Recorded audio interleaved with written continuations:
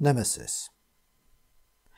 Although we corresponded fairly regularly, I had not seen Mason for a number of years, for he lived a secluded, scholarly life in a remote Devonshire village, miles away from anywhere, and my business took me here, there, and everywhere, in Europe, from Bordeaux to Constantinople, from Boulogne to Brindisi.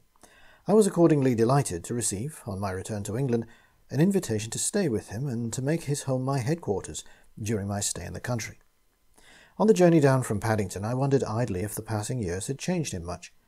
He'd always been a queer sort of fellow, and permanent ill health, entailing the quietest and most regular of lives, had almost, of necessity, caused him to develop his mind at the expense of his body. On arriving at my destination, I was met at the station by an uncommunicative countryman with a trap, who, after what seemed to be an interminable drive, pointed with his whip to a narrow, dreary lane, and indicated peremptorily that I should have to complete my journey on foot, as he had no intention of approaching any nearer to Little Manor, my friend's house. Accordingly, I got down and did as I was bidden, and presently reached the house. I was admitted by Mason's housekeeper, a woman to whom I took an instant and keen dislike, which was, I think, reciprocated. She was a tall, well-built woman with a round white face and a pair of keen black eyes that looked exactly like two currants in a suet pudding. Mason I found but little changed, and as queer-looking as ever, with his lank black hair and thin white face.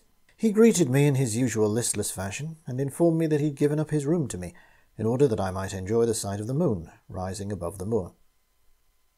A bottle of most excellent Burgundy was opened for dinner. On tasting his, Mason looked up with an expression of ineffable bliss. "Tastes like blood, doesn't it?" he remarked. Mrs. Stone, the housekeeper, shot him a warning glance, which he evidently caught, for he continued hastily, "The blood of the grape, my dear fellow, the gift of the ancient gods to man."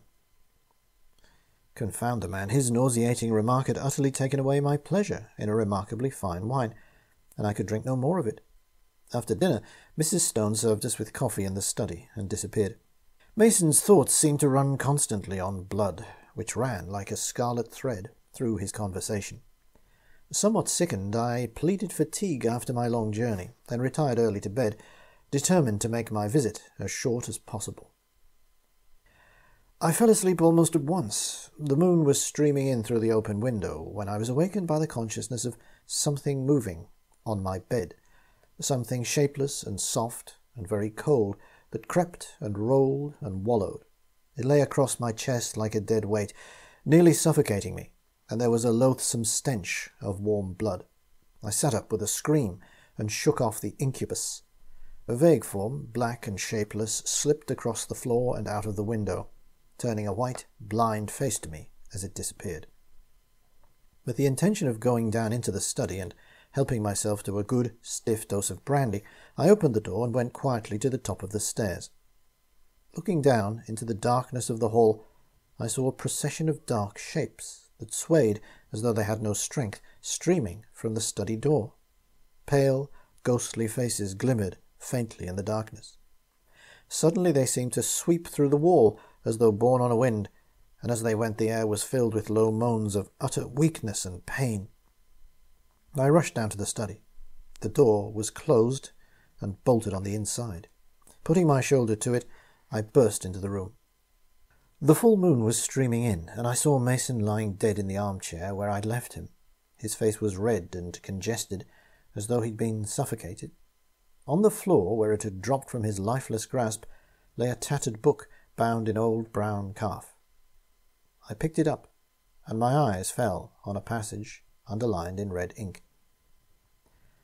"Whoso would gain health must partake of the blood of an innocent victim, slain at the full of the moon." The flyleaf bore the name of Dorothy Stone.